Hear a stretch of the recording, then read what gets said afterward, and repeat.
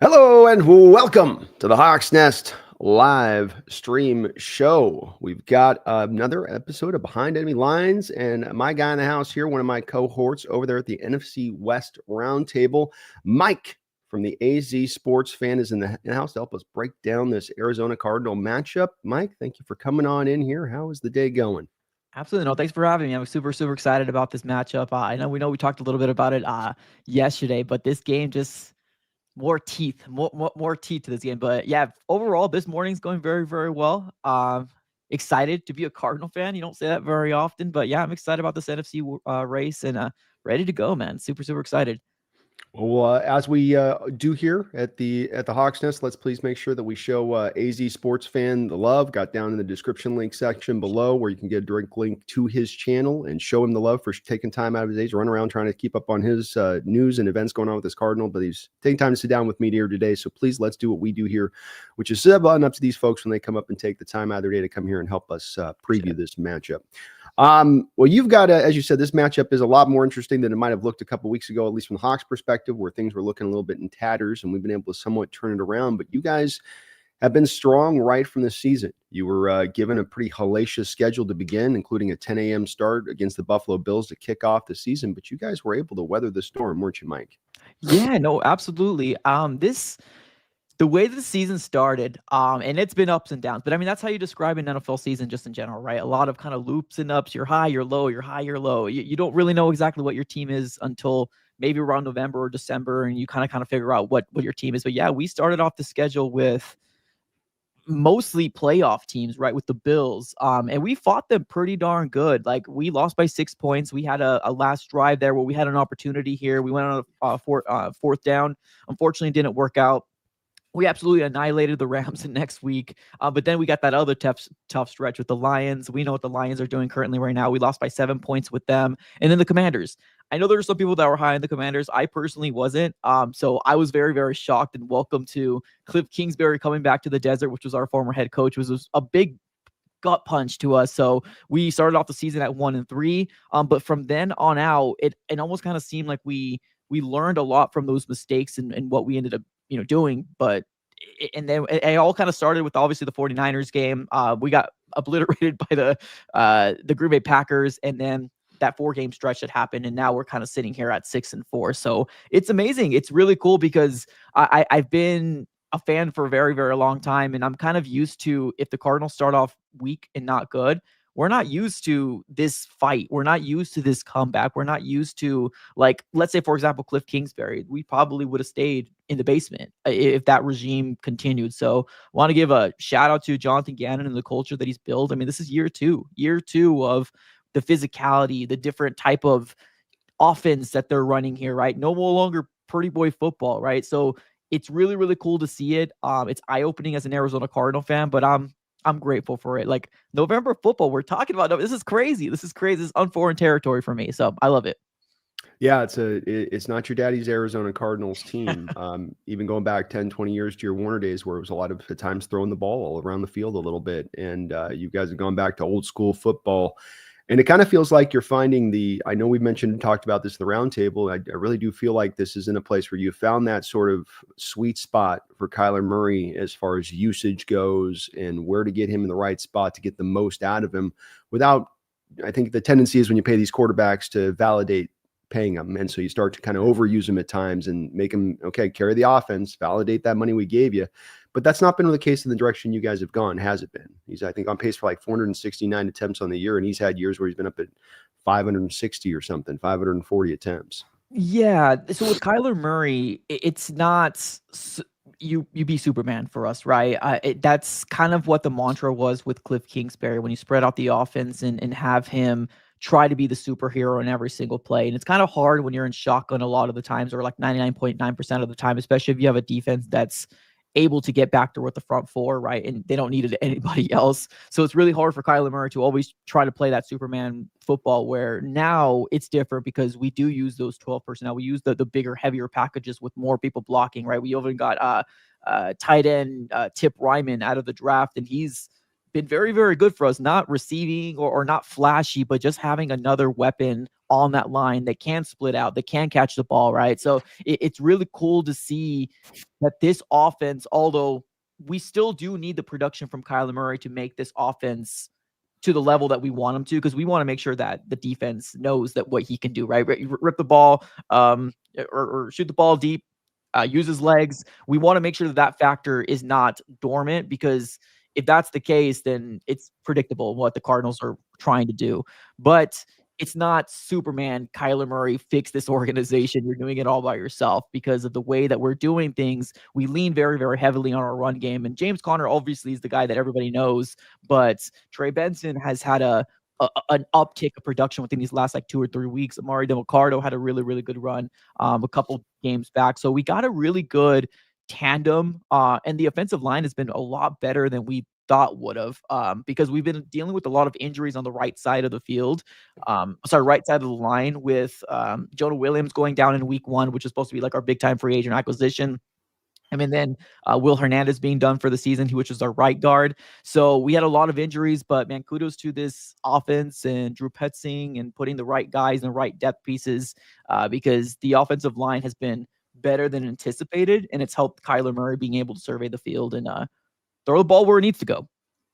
Yeah, I mean, when you go down to saying not high volume, it might sound too like a little bit of a shade to Kyler. Really isn't with it, where it's just more of how do we make him the most effective? You know, Right. how are you not overusing or expecting him to run too much? And in that role, it makes it really hard on these defenses watching the games for you guys this year, because you have to play it so balanced against the team. You have to make sure you got the guys ready for the run game, but then he can hit you on some deep throws over the top or with his legs, like in that Niner game where he got the 50-yard scramble or whatever it was on that. And I think it just really does make you in that place of completely unpredictable and hard to deal with on that side, versus once you get past having, okay, we can kind of lock in on this being a little bit more throwing, maybe especially Kingsbury throwing short, and sort of sit on those kind of routes, and it just makes the offense a little bit less effective. But you guys have really found that, as much as any team in the league, I think, on that sweet spot and just staying in on being that run team.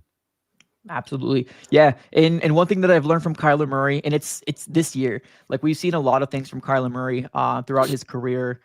It can be 3rd and short, 2nd and short. And although it's, a lot of people say you should take your deep shots in 2nd and short. But a lot of times in those 3rd and short situations where you just need to get the 1 or 2 yards to convert, we've had a lot of bad habits from Kyler Murray, just chucking the ball deep. And it's not like it's one of those things where it's like, oh, it's everyone. It seemed like a lot. So he seemed to be now comfortable with taking the checkdowns, and I think it's just the comfortability of what we have back there in the back with James Conner. He can potentially get stopped for like a 1 or 2 yard loss, but make it a 3 or 4 yard gain because of how hard he is to bring down. So now he's learning that, and it's crazy because it's year 6, but like it does take all this coaching staff that we currently have right now to use his talents, but also kind of remold him into a quarterback that's not 99.9% of, in shotgun. So, I got to give credit to Kyler Murray for being able to adapt and being able to evolve into a quarterback that we're not familiar with right here in the desert. But like you said, it makes him a much more dangerous quarterback because of all the different things that he can do. It's still a little weird seeing him under center. It really is, but I love every second of it because I love that type of football. Well, and it's the quarterbacks hate doing it. They talk about how I don't want to turn my back to the defensive line, but at the same point in time, when you have a guy like that who's got such good mobility off of that roll action and can get to that spot off of the play action over here, where a typical other quarterback who's much slower is not going to get to that spot. It's such a huge boon to the play action and getting him out there and sort of almost cheating him out there 3 or 4 steps, further along than another quarterback would be in the same segment of the plays, kind of playing out a bit. And so you got to use that with him. But they don't like to do it. I know those quarterbacks will fight kind of tooth and nail to, keep their head straight, be able to see everything that's going on in front of them. But it's effective. And they've shown even with the play action, you guys got a good run game. It doesn't have to be a good run game for the play action to be effective, but you guys are that as well. Oh, absolutely. Yeah. It's like I said, it's very unfamiliar territory with what type of offense we're seeing here. And it started with this year, because even when we got the sample size of Kyler Murray and this Drew Petzing offense last year, when he was in that 8-game sample size, it almost kind of felt like, okay, you're back, but we're still trying to learn you we know you have the intangibles. We know you have the talent. We know you can do A, B, C, D, E, F, G. It's just, but can you be able to execute this Drew Petzing offense? And we just saw a very vanilla in those 8-game sample size. So what we're really seeing this year is what Drew Petzing wants to run. And these last 4, 5, 6 weeks, and I know I'm throwing that Packers game in there when we got blown out, but 6 weeks just sounds better to me. But Kyler Murray has elevated. He really has. I know when you're looking at the stats in the first 3 or 4 weeks and you're like, oh, he's actually done good. QBR rating's good. Completion rate is good. But the decision-making that he's making in this 6-week sample size is much better than it was in those first 4 weeks. Although we did obliterate the Rams, but we're starting to see it more consistently. And that's one of the big knocks we've had on Kyler Murray. We need to see consistency, and we're starting to see that, and we love it. Yeah, decision making has been really good. It really seems to cut down on the turnovers there, and it's just again part of how Gannon's gotten the team to buy in as a whole and playing hard, not making the mistakes. You don't see bad fumbles across the board. You don't see the bad interceptions. Like, okay, we lose, they're going to have to legitimately beat us. You're going to have to go out there and not expect us to shoot ourselves in the foot. You're going to have to take that game from us, and he's a bit of an indicator in that and how he's playing the quarterback position. You mentioned a guy that's one of the more, I think. Unusual great running backs in the league. And this is a guy, and James Conner comes out of Pittsburgh at like as a 5th round kind of guy. If I remember, got the cancer thing, which obviously probably caused him to drop a little bit, not because just because it was what it was. Right. Came out there and played really hard for Pittsburgh on that first contract. You guys signed him to a free agent deal, and he has been a revelation for you guys. You mentioned about how hard he runs. There was a play 2 weeks ago, you no doubt will remember, on the screenplay. And there's just something, we saw this with Marshawn Lynch at times. There's just something insane about those guys that are hard to bring down, and then they know they're hard to bring down. And I don't know if you saw the same thing on the screenplay to me, but it almost looked like he hit cruise control right after he caught the screenplay there at about the 20, 30-yard line, even though there was a guy coming up in front of him, because he knew there was no way that 175-pound cornerback was going to take him to the ground. And it was like, it wasn't, because most of the guys, if they're going to break a tackle, it's he just kind of goes, and then the guy, sure enough, sort of ends up flailing away at his feet as he ends up, sliding right past him for probably should have been a touchdown call. They ended up calling it at the 1. But do you get the same thing from him at times where when he knows he's got a guy in the open field, he knows he's going to be able to break that tackle? Oh yeah. The confidence in James Conner and what he has right now is amazing. But I mean, his career in the Cardinals has been very, very underrated. And I think we've seen good production from him as long as he's able to stay healthy. And I think that's one of the biggest knocks, that when we did sign him, there was a lot of Cardinal fans out there scratching their heads saying, oh my God, we had an injury prone guy. And then I was just like, oh, as positive as I was back then, let's just give it a chance. Let's give it an opportunity. He's been one of the most, biggest assets for our offense as a whole. Like, just he adds the level of physicality to what this team needs to be. Is James Conner, right? They can look at that, especially one of those younger guys that come into the league saying, oh, what's this team? What's this? It's physical. It's physicality. You're not going to bring me down unless you got 2 or 3 people down, or unless it's a big defensive lineman. But, James Conner is in, man. He's a great player. I'm glad he's there. The workhorse for the Cardinals for sure. And this is what I was saying to you a little earlier, the evolution of Kyler Murray, and I know we talked about it a little bit, just even off the field as well. We haven't seen Kyler Murray, and it might be, the whole social media world right now that obviously everybody kind of posts things these days now, and Kyler Murray has like a YouTube channel. So maybe that's why he's doing it, but Kyler Murray's been spending a lot of time with usually everybody here on this offensive side of the ball. James Conner being one of his like good buddies. They go to basketball games all the time, a lot of Arizona sporting events. It's really cool to see it. He's taking out the offensive linemen as well. Building that outside camaraderie is definitely something that we haven't seen from Kyler, but it's also one of those things where Kyler's mentioned before, when he came into the league originally as a 21, 22-year-old, try to be that rah guy, or I'm the leader, right? Baby face guy coming in here. When you got Larry Fitzgerald in there, you got, all these big veterans that has accomplished a lot.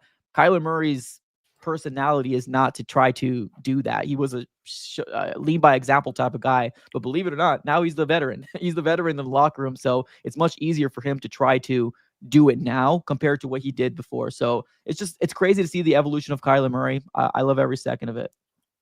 Yeah, it's one of the reasons I hate sometimes starting quarterbacks immediately too. And there's a lot of reasons for it, but that's one of them. It's very hard to have those guys become leaders instantaneously, even the first year or two, as they're trying to learn the sport, as the veterans around them are going, what are you trying to tell me? But I'm the quarterback. I'm supposed to be that guy. Yeah, but you're 21 years old. I don't care. You don't got nothing to tell me. So it's hard to do that without just giving the time for the maturation process to undertake and, fully click in. But looks like it's fully clicked in. And I'd say he would be a representation this year too, Mike, of a guy that you wouldn't want to look at necessarily just the box stats, watch the actual games, how he's playing, how he's controlling the action.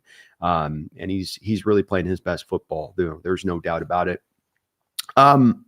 You guys have made a decision, Mike, on how you played, and we're going to get to the defensive side of the ball, but I'm really interested in the offensive side of the ball a little bit to start here on this. And then you guys have made this tangible decision. We're going to run the ball, a little bit lower volume attempts for Kyler Murray, and you built up a decent offensive line.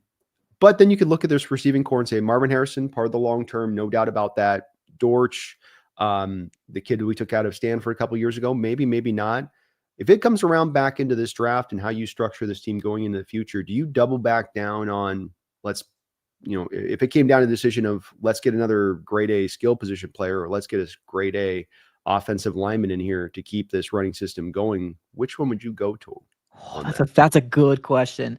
Because obviously Marvin Harrison Jr. is going to be the wide receiver one for the Cardinals for years to come. But the whole Michael Wilson situation, which is the guy that we got from Stanford, he's been pretty good. He's been pretty solid when given the opportunity. And I know when you look at the stats, it hasn't been something like explosive, like his numbers are crazy as a number 2 wide receiver. But like neither is Marvin's. The guy that's leading the core right now, or the weaponry, is Trey McBride with over 500 yards, and I think, if I can remember correct, Marvin's like 499 or something like that. But I don't know. I feel like the Cardinals do like what they got going on right now on the offensive side of the ball with the weapons that we have. I think that they really trust the fact of camaraderie, building the relationship amongst each other. Now, if they do go after a weapon, I would be pretty shocked myself. To me, I feel like this offseason, the biggest thing to address, it should be the defensive line, primarily the edge position. So like if we're going to allocate so we only got one first round pick, but our first round pick, it has to be edge, or I guess best player available, but that should be the position that we really should be looking for, whether that's address it through free agency, because we're going to have upwards of $100 million, but we do have to decide to bring back a lot of key players back to, so that $100 million will dwindle down. But that should be a bigger focal point for me. If I was the GM, if I was Monty Alsford, would be how do I address this edge position to be a little bit more consistent? Because I think everybody's noticed, right, when you're looking at the Cardinals, who's your edge rusher? Who's your X factor? We don't got that. We're a rotational type of guy. Although I would love for the Cardinals to potentially go after somebody, I feel like that direction should be more towards the defense. And if they do want to maybe use another 3rd round pick, maybe a 2nd round pick for the Cardinals, so potentially getting another pass catcher. But right now, I think that's so low in my thought process. Like I wouldn't want that unless somebody drops to us. You're like, oh my God, he should have been a 1st round pick. Then maybe the Cardinals strike. But we're really, really good at wanting to build those trenches, and that's obviously where the game starts. Offensive lineman would be cool, but we do got Jonah Williams technically for 1 more year, so I don't see a big rush in that instance, especially when you got Paris Johnson Jr. Being your stable point at the left side. Center can be addressed for sure. I know we just extended Fro Holt for about 2 more years, I believe 2 or 3. So maybe a center of the future. But like I said, it's one of those things where like if I'm thinking off season, it's got to have to be that edge position or defensive line.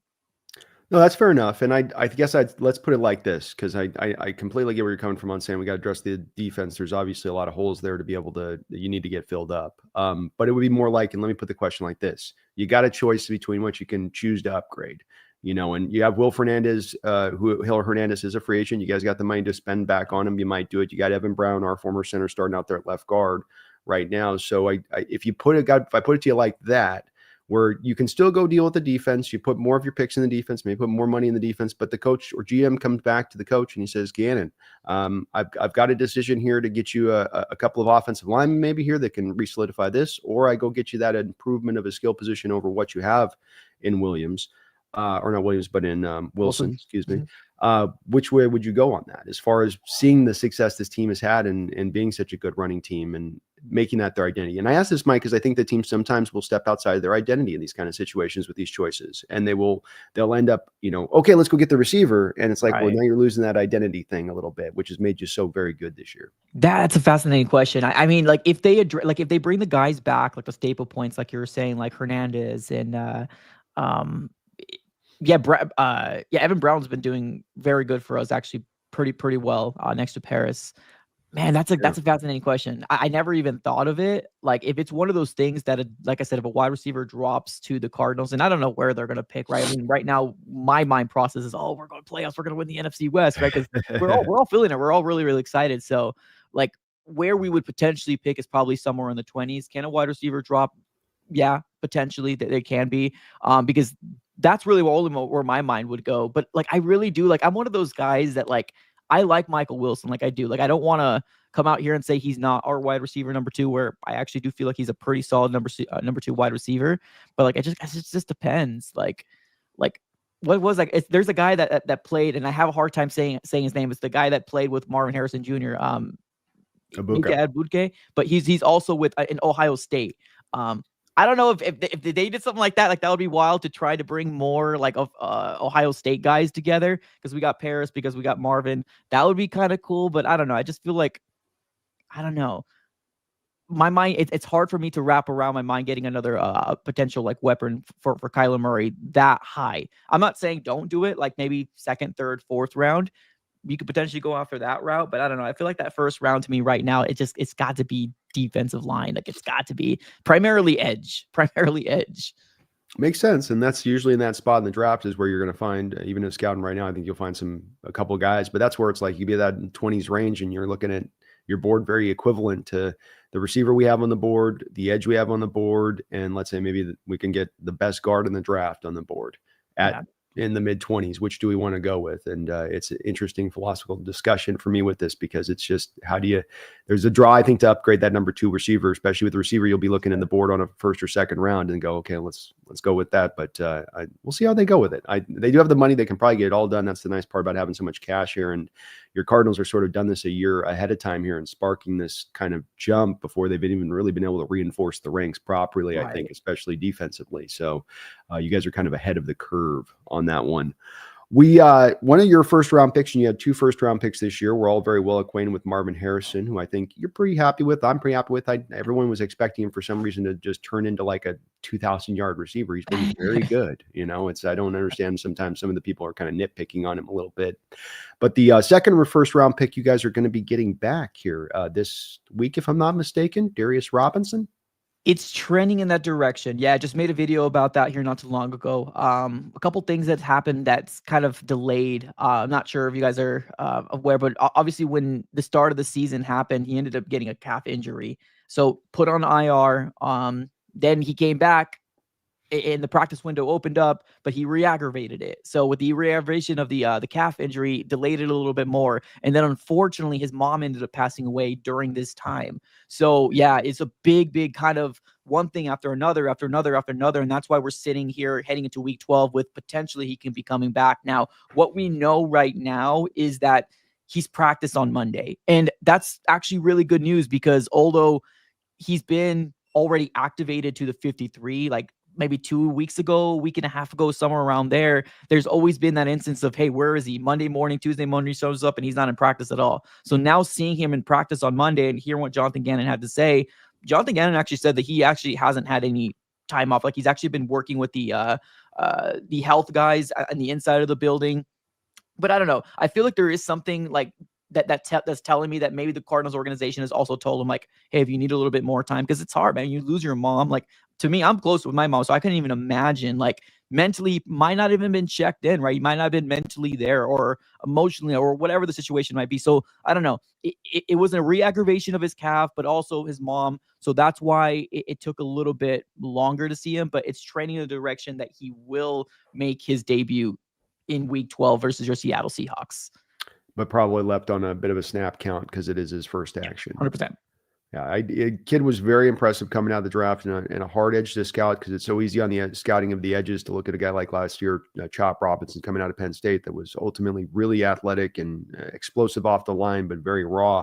This kid was just a physical powerhouse off the edge. That's how he wins. It's a different way. And he was the most physical edge to my eyes in the draft by a very long degree as far as any of the edges. Nobody was close in that way. And the college coaches that went up against him on a weekly basis out there and scouting him would just talk, rave about how hard he was to deal with and handle out there. So I'm glad we're getting him on a snap count, because I think that's going to be a big boon to your guys's edge group on that side of it. I really do.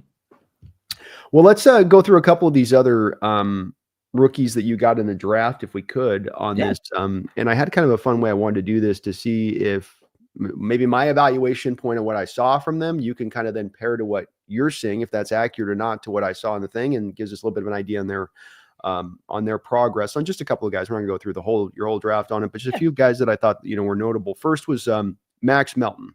I saw him as a raw but toolsy guy there at a Rutgers, a guy long-term that should be able to get to a really nice upside, but might take him a bit of time to get there.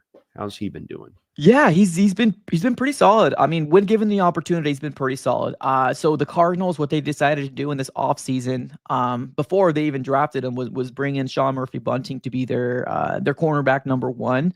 He's been the guy that, if he's playing Sean Murphy-Bunting, then you're not really seeing a good dosage of Max Melton.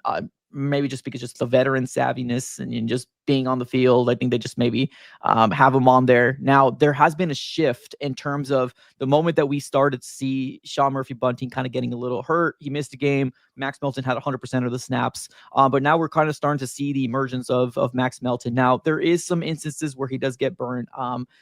I feel like cornerback is one of the hardest positions to play from the collegiate level to the NFL level. There's just so much things that you got to learn, the intangibles, the what you can get away with compared to what you can't get away with, especially when you're lining up like big star wide receivers that have, I don't want to say like a say, but sometimes when they kind of, know how to play it, flags getting thrown. So he has been pretty solid, but we've only really seen like maybe like a game or two sample size of Max Melton, so it's really hard to evaluate. Has he gone through some rookie woes? Absolutely. Has he got burned on a 3rd and 12? He's absolutely have gotten burned into, but he's actually made some really good plays as well. And of course, once he gets more familiar with the game in the NFL and given the opportunity, I think he can clean up those things that he's able to learn from, because you can only learn so much on a tablet. You can only learn so much like, sitting there and looking at film, although it is important.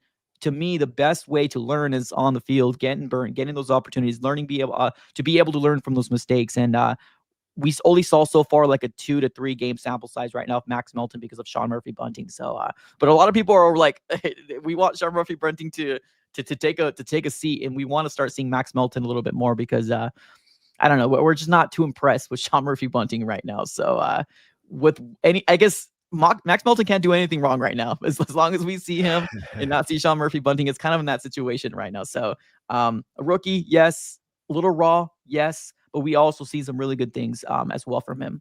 Murphy gets torched. He sucks. Max Melton get torched. It's growing pains. Exactly. 100%. We can live with that. We can live with that. All right. We got the next guy up. I really like this kid. Actually, he was my favorite running back in this last draft, even over the Texas kid, in my opinion. And what stood out to me in this sort of slide and glide style that he exhibits on the field out there at Florida State was, I thought, in my bottom line assessment, I love to do this as far as when I do my comps, because, you do comps and everybody goes, this guy to that guy. And it's like, that's not quite that. I mean, there's that, but it's hard to. So what I like to do with it is I do stuff like I do with this, where I go 90% of Todd Gurley. What do you think about that on a Benson kind of comp for him? I know he's been stuck a little bit behind the depth chart to a degree with Connor, and that's not necessarily his fault, because Connor's one of the best backs in the league. That doesn't necessarily indicate he's not going to be a quality back. But I just thought that glide style that he had, I wondered if maybe Arizona, having played a lot of Gurley through the years at that point, maybe sits in some of the scouts' minds in that building, who's talking about him. But how has he been? What's your impressions of him? Honestly, so in the beginning of the season, he's looked very hesitant when he was playing. Now, granted, he wasn't getting very much opportunity. Now, of course, when you're sitting behind James Conner, you're not going to get very much opportunity because he's the workhorse for the Cardinals. And that's just kind of be the way that it is. He was averaging somewhere around like 15% of the snaps to like 10 to 15%. It wasn't very much that he was getting like production wise, but you could tell that in the beginning, like the 3 or 4 weeks when he was out there, there was some hesitancy to what specific hole to kind of burst through, not picking the right hole, maybe putting his head down a little too much. But with what we've seen in this last like 2 or 3 weeks, and I'm not sure if it's because the Cardinals have been doing like a really good job in maintaining the offense and actually getting more offensive drives and just maybe more opportunity for Trey Benson. But with what we've seen from him in the last like 2 or 3 games, very, very good. Able to find the holes, explode through it, and then just do really good things there.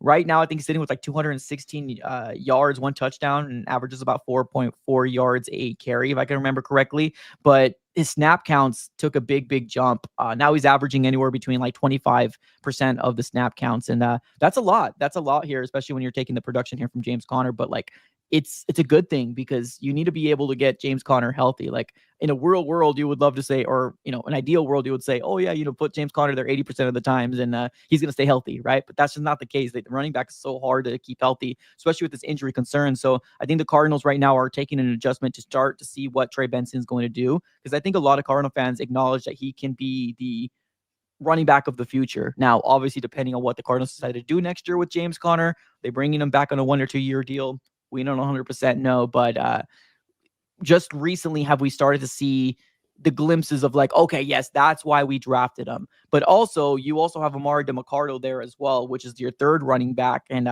when he's given the opportunity, he's looked pretty good as well. So we got like a 3 running back duo. Obviously, James Conner being like 65% of the snap guy, but they're also sharing it. So like when we're getting the dosage, we're also not getting a big dosage of Trey Benson, but we can all acknowledge that he's probably most likely going to be the future for the Cardinals moving forward if they don't bring back James Conner next year. So, but yeah, good things. We're seeing some good things from him.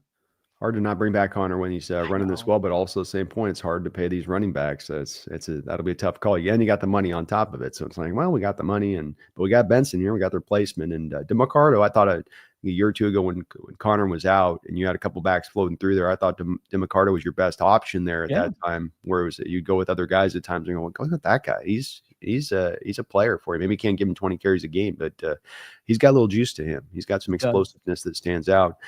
You mentioned Tip Reiman, a guy I did like in the draft because at Illinois, he was asked to do really just blocking. They didn't ask him pass catch. That doesn't mean he can't do it. We had a little bit of the similar thing with the guy we drafted, AJ Barner, who's a guy at Michigan, runs the ball. They don't pass. They've got the Loveland kid that's going to be a 1st round tight end draft pick this year and this next year draft Michigan that he played alongside with. But I thought there was some upside with Reiman as a pass catcher, which it's a little bit like Trey Benson with Conner. You've got the situation with Trey McBride where you're just not going to get as many opportunities. But he is a legit beastly blocker, right? 275 pounds. He's a slab of beef out there, and he can set an edge for you as far as a tight end, in a very unique way. Yeah, no, absolutely. We brought him in. So I'm not going to lie to you. When we originally drafted him on draft night, I was like, what? What? Like, I don't understand this move. But learning what the Cardinals wanted to do or what they want to do, it makes sense. He's been on the field a lot of the times, and almost like 50% of the snaps. So like this draft class that we have here, including Tip Reiman, and although like if you look at his stats, don't look at it. He's not here to be, Trey Benson 2.0. Like that's not what I'm sorry, my bad. Trey McBride 2.0. He's here to put another body on that line to help with the run game or just pass pro, right? That's what he was brought in for. And he's doing an amazing job. He really is as a rookie to come in here and such a big body to get more protection for Kyler Murray and potentially peel out to catch a ball.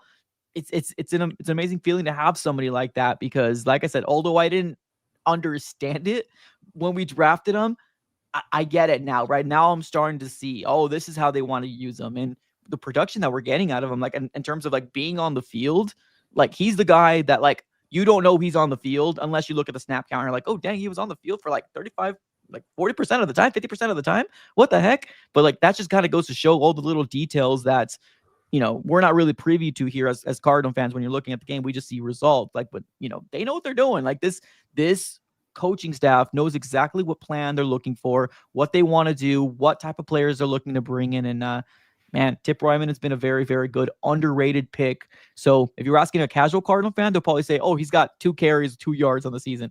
He's not brought in for that. He's brought in to bring in more help on that offensive line. And if need be, he can peel out to catch a ball, but he's not brought in for that.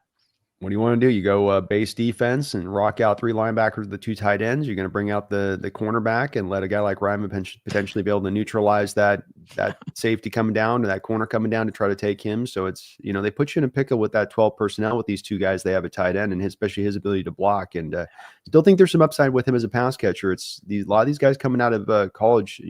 George Kittle was this way out at Iowa, where you're not used a lot.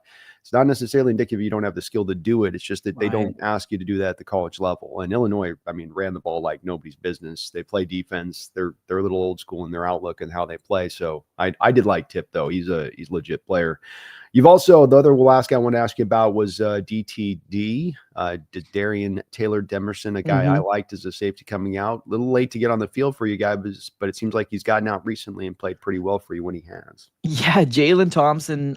So right now the main duo is obviously Budda Baker and Jalen Thompson is going to be our safety duo right now. He's been dealing with some injuries. He also didn't practice on Monday as well. So we did see him in the Jets game. Darian Taylor Demerson, aka Rabbit, we call him. He's looked pretty darn good. A guy that does not almost give an F, right? He puts his body, tackles, wraps up the tackle, does a good job. Coverage does pretty darn well as well. He's looked really, really good. And originally we were thinking to ourselves, oh man, is this the replacement for Budda Baker? Oh my God. But like, I don't know, maybe I don't know, maybe just a swing guy. Maybe I don't know. I don't know what we're going to do with them, but he's looked pretty darn good when we've seen him. Now, can we see him in Seattle? It just depends on if Jalen's going to go or not. If Jalen Thompson's going to go, Darian just goes back to the bench. But like, it's a good piece to have. Like, we're not like the amount of players that you just talked to me about. Like, we never had like this many players to talk about in the draft. It's absolutely insane. But Darian seems to be another player, right? A diamond in the rough that Monty Ossenfort ended up plucking out. So maybe safety of the future. We'll have to kind of wait and see. Well, in old school, those guys used to be called tweener safeties because the safety position was so much more delineated by the skills that you need to have for the free safety and the skills you need to have for the strong safety. It's been my opinion that we now transition to the split safety looks, and more of the free safety's got to do strong safety stuff, and more of the strong safety stuff's got to do the free safety stuff. That these tweener types like DDT are actually guys that are going to fit really well into that's their bag of their skill set. Where I'm not quite that, but I can do them both. And not in deficiency both wise, but I can actually end up rounding out to doing it both. I think that's a long-term potential player for you guys, but you guys are pretty good there at safety. And you did mention the other guy who a year ago had requested a trade. It does seem like that this has settled down a little bit out there, and a guy that continues to be a guy when I turn on your guys' tape every week and watch him play. I know I said a couple weeks ago on the roundtable, and it really stood out to me when I was watching. Like, man, this was what Jamal was supposed to be. This was how he was supposed to play the position and run around. And people got caught on Jamal in the sacking and the blitzing, but it's all of the way that Budda Baker just sideline to sideline, back end coverage, running up in the running game, throwing his body around, not caring. And half the time he's coming up half injured, Mike, where he's, and you go, boy, he's not going to get to the next play, is he? As he said, just limping his way back the huddle, and then he's back out there again, rolling and chugging it off. He's such a tough guy for not being the biggest guy, but a fun player.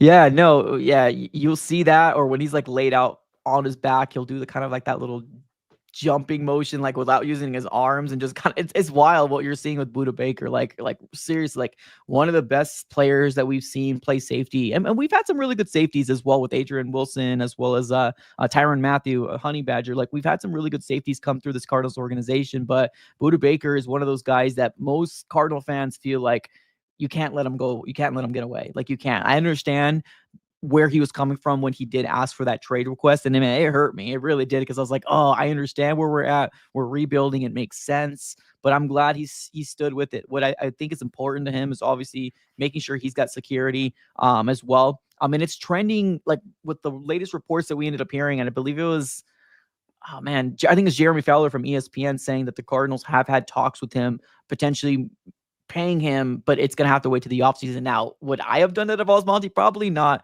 Like, I love Budda Baker that much, and hearing the glowing remarks from Jonathan Gannon and Monty, you almost kind of feel like, oh, they're going to sign him the next day because they have such glowing remarks. They want everybody to play like Budda Baker. Like, whenever they talk about how this defense wants to be, everybody look at how he plays, they say. So you would think they would get this done earlier, but I do have confidence that they will be able to secure it, hopefully before free agency starts, because big big focal point. And I think he's already got like 100 tackles this season as a safety. Like, that's crazy. It's crazy. You can see a shot where an offense tries to develop something, and then you just see a torpedo.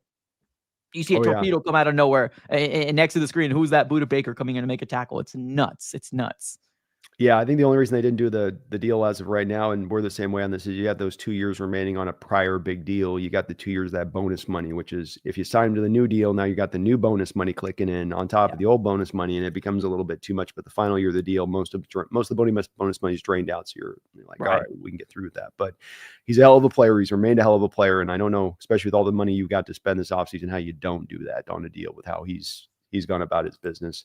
Agreed. A couple of donations here. A member, Addis the Gamer, became a member of the channel. Thank you for doing that, Addis. I appreciate you for that, man. And I hope you're having a great day. Kevin Mullen, thank you for the $5 donation. He says, Arizona's cap space in to quarterback at $45 million a year is envy of the division. Question, assuming expected $100+ million in cap space for 2025, what's the big free agent splash you're expecting? Ooh, great question, Kevin. It's a very good question. I know we mentioned this a little earlier. Yeah, we're going to have about $100 million, but we do got to decide to bring some players back. Buda, Kazir White, which is our linebacker, James Conner, if they decide to do so or not. So that 100 million could definitely dwindle down, but we're still going to have a good amount of money to spend in this year's free agency. I think right now where my mind is, if the Cardinals do try to allocate a specific portion of this cap to a specific position, it's got to be on the defense, primarily the defensive line. I know we try to address it this last offseason with bringing in Bilal Nichols, and then Justin Jones was supposed to be like our big splash plays on the defensive line. Unfortunately, they got hurt. They were done for the season, both of them, and we've just been dealing with so many injuries on that defensive line. But I do want to allocate more money on the defensive line, primarily the edge position. I feel like we need that X factor to kind of show out there, so people are worried about not having so much time to sit back there and make a damn ham sandwich. You know what I mean? Like we give so much time, but it's super weird because like our defense can either provide 3 or 4 sacks that game, or they can't touch the quarterback. It's really weird.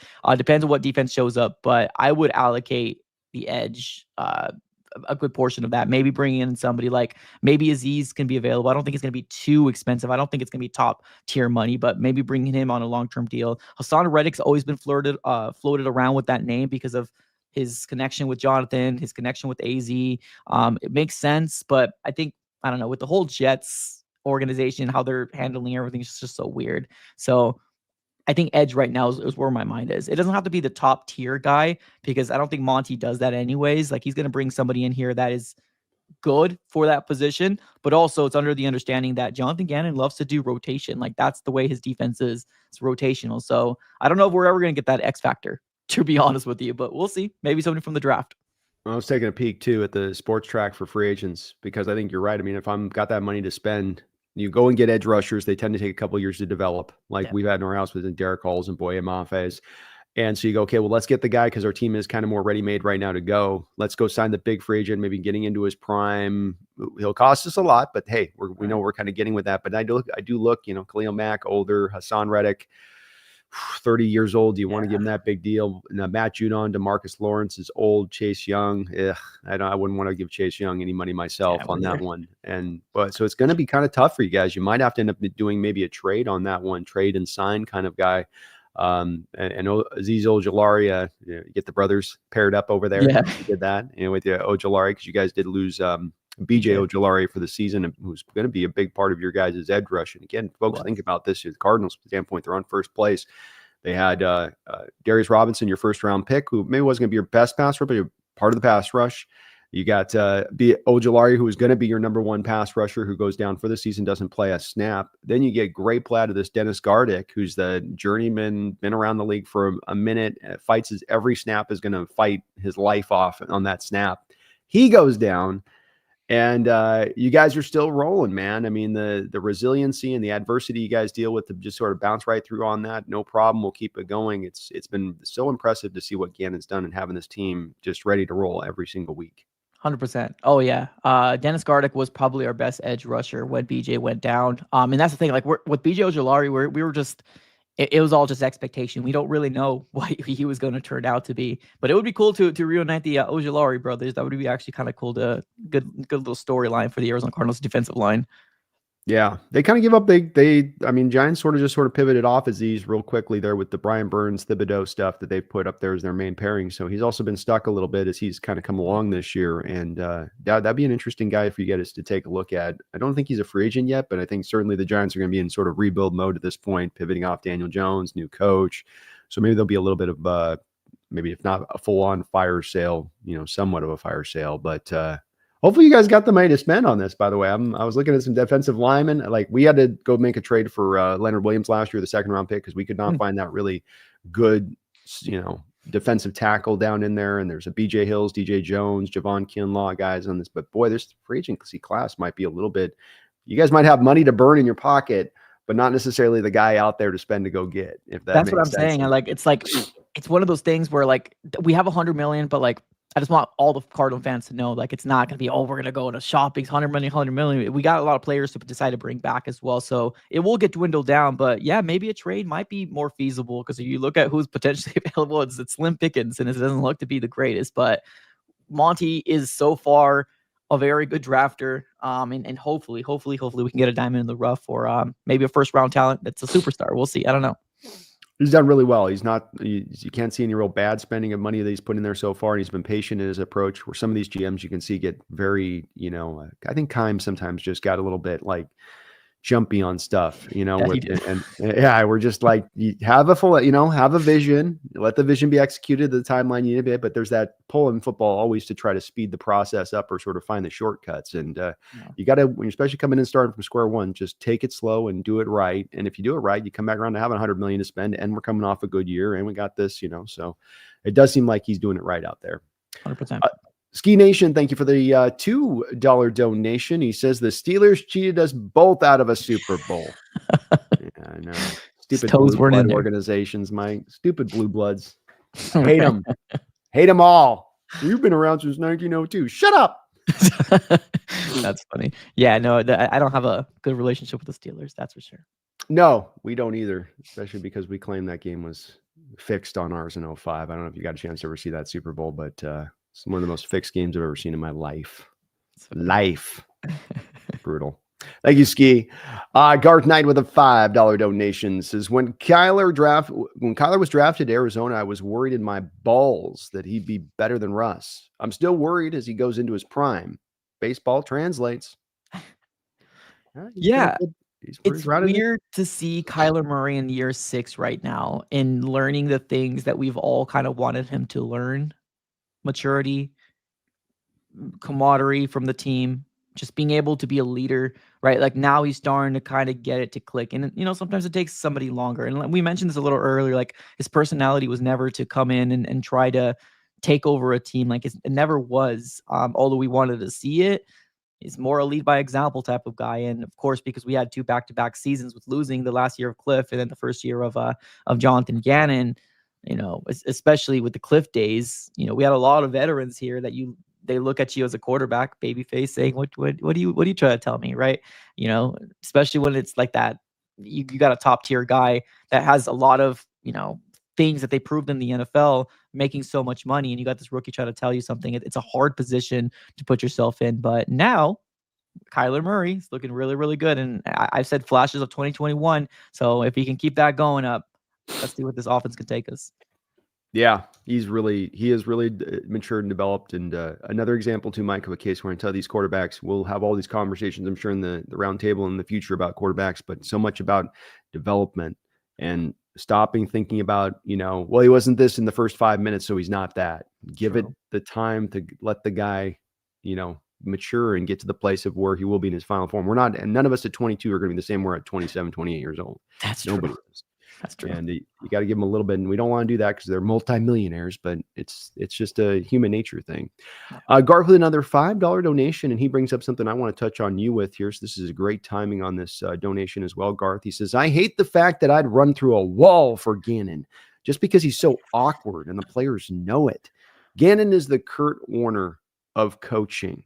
And just to add on a double part of this, I've given you a hard time a little bit about it, and your cohort there at AZ Sports in the offseason, I gave a hard time about Mr. Pew Pew. Yeah.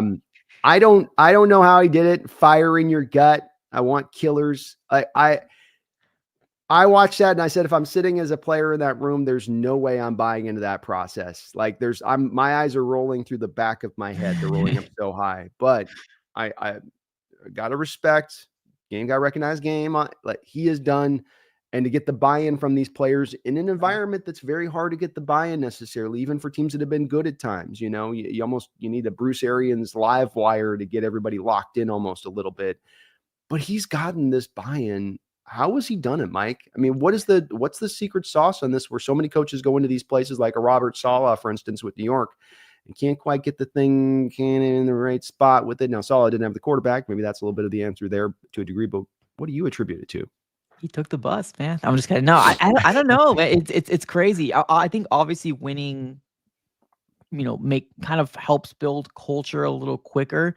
And when you do have a franchise quarterback, and this is one thing that I was harping on, me personally, because a lot of people coming into the season was saying, oh, this is just going to be another 3-4 win season or 4 or 5 win season, and then we're going to start back over, because whether those people didn't believe in Kyler or didn't believe in the evolution of what Jonathan Gannon was trying to establish here, it's just the way that Jonathan Gannon, when he came in here, although awkward as heck, right? Like just all these clips that you're seeing, especially if you're not a Cardinals fan and you're looking at this, you first thing you would do is laugh. Like, what the heck is this guy doing? Like, and it was such a off the wall type of signing. Like, I don't think anybody, with the exception of a couple different insiders, like outside the Cardinals, organization or insiders, had Jonathan Gannon going to be the new head coach. It made sense that the Cardinals were taking a very long time, that we were waiting. But even when we waited, we tampered, so we lost a 3rd round pick. So like the whole thing with the whole Jonathan Gannon, goofy as heck,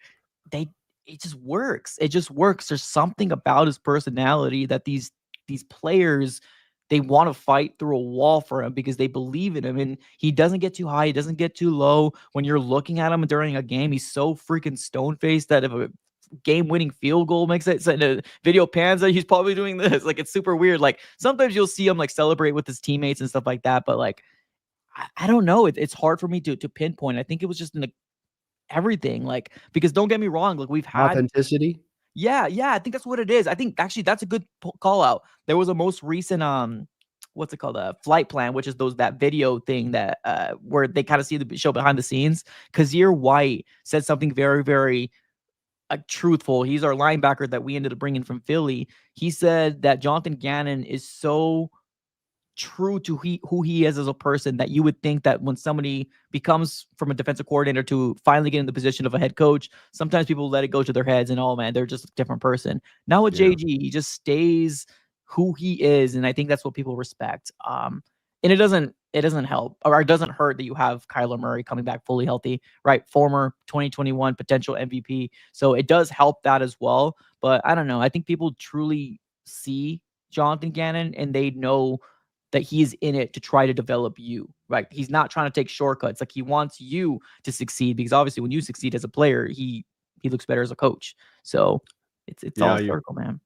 You were thinking when he's taken, because he sort of was taking over a bit from what Fangio had done there, and you went, well, how much is it he's doing this versus Fangio there with the Eagles prior a bit on that, and he's just how hard he's got that defense playing, how disciplined they are, the lack of penalties. I mean, these are things that you go back to on coaching, where you can back trace it on to being points of emphasis for a team to be that good on those things week in and week out.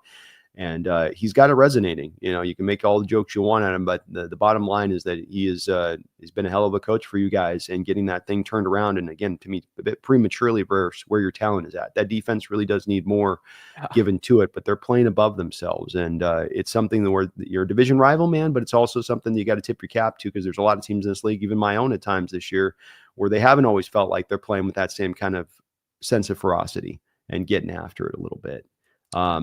But you got the right guy there, man. You do have the right guy. Is there anything else we should be aware of on this team we haven't necessarily maybe talked about here today, on something that's a player or something to be kind of looking for in this upcoming matchup between our teams? Not really. I mean, I know it's tough with the whole Marvin Harrison Jr. thing, especially that's the thing. Like when you get somebody that high with the 4th overall pick, you got a lot of eyes on you, right? And when he came out of college, he was seen to be one of the best wide receivers we've seen come out of college in a very long time. So a lot of eyes are on Marvin. I feel like they're just getting started. Like seriously, like I'm not gonna come out here and say he's gonna break Anquan Bolden's rookie record. Like I'm not that crazy. But Larry Fitzgerald, one of the great Larry Fitzgerald, right, wide receivers of our time here in the Arizona Cardinal uniform, he had like 800 yards, like 7, 8 touchdowns, something like that. So, I mean, I could definitely very well see him do something like that. Right now, he's close to 500 yards. He's got 5, 6 touchdowns right now. I don't know why I don't remember this. I'm blanking, but he's trending in the right direction. They're only getting started. Like there was so many weeks in the beginning of the season, like every question that the media was asking was, what's going on with Marvin and Kyler? What's going on with Marvin and Kyler? Next week, what's going on with Marvin? Because you were seeing such inconsistencies, and you were seeing that Kyler Murray, if you look at the film, his first read wasn't Marvin Harrison Jr., and it always shouldn't have to be, but you kind of do want to have design play specifically for your 4th overall pick, especially if you want him to have confidence and make him a focal point in this offense. So now we're starting to only see it get started here. And I think we're now starting to see the development and the chemistry amongst it. That's the word I want to use, chemistry amongst them. So I'm really excited about it.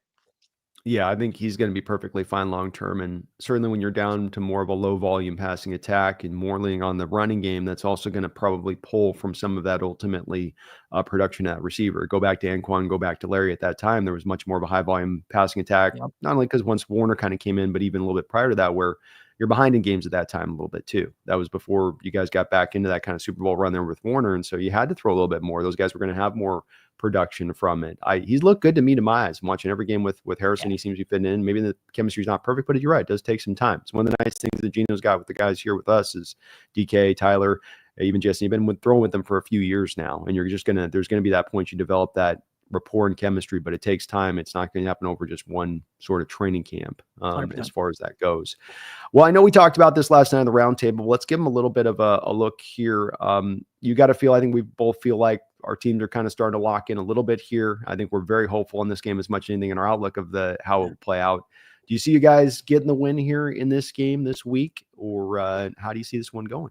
Well, I definitely don't want to come off cocky or anything like that. I don't. Yeah, but I do. I mean, I have confidence in this team. I really do. And it might be before game winning streak, but like with what we've seen in this 4-game winning streak, or heck, even if you want to throw that 5th game in there, where I do see this Arizona Cardinal team. And I know Geno Smith has had our number in the most recent years. And we just weren't a good team, right?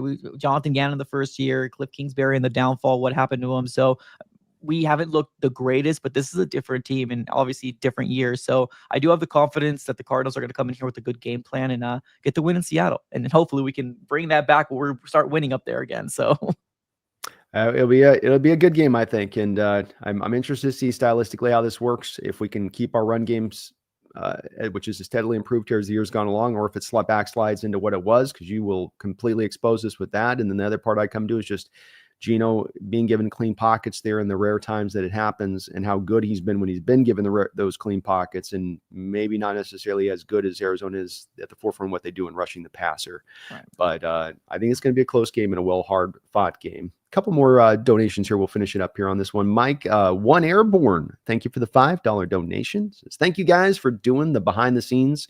I really enjoyed it. Well, I want to echo One Airborne. I know you're running around 100 hours a week sometimes doing this, folks, during the season on this. So Mike's very kind to take some time out. He's on the NFC West Roundtable as well. So running and bobbing and weaving out there, Mike. But thank you for doing that, man. People really do love these behind enemy lines and having a chance to really get a real view of the opponent, because nobody covers the team like you guys do as far as understanding it. 100%. Ethan 14, thank you for the $5 donation. Does Buddha still have nightmares about number 14 chasing him down? Laughing out loud. Good luck on Sunday.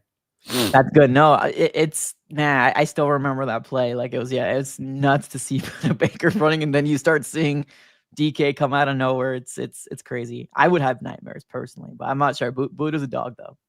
Buddha's a dog. DK's a dog too. He's a freaky. He's a scary player, man. He is, and that was a hell of a play, especially for a star wide receiver who tends to be. Everybody goes on diva. Like, that's not a diva play right there, And hell of a play.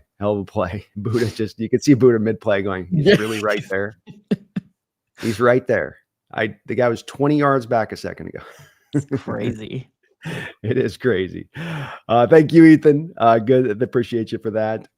Kevin Mullen, thank you for the $5 donation. He says, if you could trade for any player on the Hawks, but had to give up the same caliber back, who and for question mark, vice versa to be, love the division convo and much love. I'm just going to throw something in there because I know we're kind of running short on time. Bobby Wagner in his prime, that would have been nice to have on the Arizona Cardinals defense. We never really had somebody like him. I feel like that would be really cool. But like that whole Legion of Boom, when you guys were booming, like you guys were amazing, like Sherman and all the guys that you had over there. But Bobby Wagner's still kind of playing in the NFL, so it'd be kind of cool to get somebody like that. I don't know if we had anybody equally as equivalent, but that's what I would take. That's what you take in retrospect. What about it's hard because they got to flip out somebody for equivalency. I'd be obviously going to, I think Budda Baker would be the guy to go to. It'd be he'd pair him up with Julian Love. That'd be an awesome safety room. But then he's asking who would give it up as far as the caliber in return, because you got to give a guy back up in return as far as that goes. So I'd probably give him a defensive lineman back, I guess. One of our guys on the line, maybe. I don't know which one it would be, but maybe a Derek Hall or something, give him an edge, and we get back Budda Baker or something. I wouldn't do that trade because Budda's getting older and you have to pay him, and Hall's young. But in general terms, I would do it. Any current Hawk you'd love to just have on the team in general? I'm seeing someone in the chat, Cam Chancellor. That I forgot about Cam Chancellor. I don't know how I forgot about that. That man was a beast, man. You remind me of a little bit of Adrian Wilson when we had him. Yeah. He's a hard-hitting safety, big-bodied guy back there that you did not want to see him in the box because he was going to light you up. Cam Chancellor was, he was scary. You had a lot of good players, though, defensively. Like, you had a lot of good, especially in that Legion of Boom days. It's going to be a one-off for us, historically speaking. I say this, people often go, well, Legion of Boom 2.0 or get the next Legion of Boom. I go, no, that we got a historical defense. There's been about 4 of those in NFL history, and we were lucky enough to be one of those 4, like the 85 Bears, like the Ravens team back when they won the championship. So we definitely celebrate them. It was a short run, man. Compared to what the Niners have had on this long window, ours was much more, condensed down, but we were maybe that shooting star, or at least it was very bright for the moment that it was there. Yeah. Last couple donations here. Jeffrey Thistle, thank you for the $5 dono. He says, Kyler Murray is adorable. Seeing such a little man running around with giants always makes me smile. No circumstances do I want him on our team, though. You've heard it. It's always the one I love. The toddler who's grabbed the remote control and the parents are chasing him around. Yeah. It does look like that. I mean, and he's a good player, but it does look, and it does make you laugh a little bit when you watch it. Yeah, it's kind of like a Speedy Gonzalez when you're like seeing him go back and forth. But what he does with his legs is amazing. Like it's crazy. Yeah. No, he's got that acceleration where it's just like, I'm going to decide you're standing right here next to me, your hand's right here, and up, now I'm out 4 steps, extended by on you. And there's not many quarterbacks that can do that in this league and get away like that. And it's a threat, it's a problem. And hell, it says that he's been such a good quarterback to be so undersized. I was in the stadium, man, on the lower level in Seattle a couple of years ago. Mike, I'll tell you, with him, when it's in between the tackle boxes like this, and I was on the backside of the stadium, so Kyler's over here, the line's here.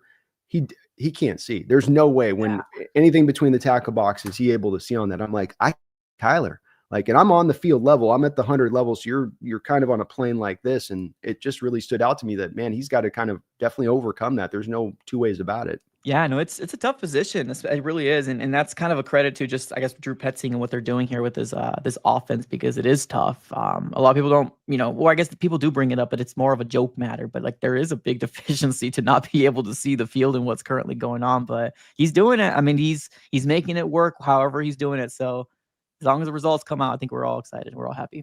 That's why those rollouts are so important, though, too, because you clear him up out of the line of scrimmage, get him out to the edge, and now he's got clear eyes to see down the field where he wants to throw the ball. Part of why it's really nice that they're building that into the attack, and why it was done with Kingsbury to sit in shotgun all the time with him and having him try to throw those short passes where he's going to have to try to throw it blind at times. You can't see it.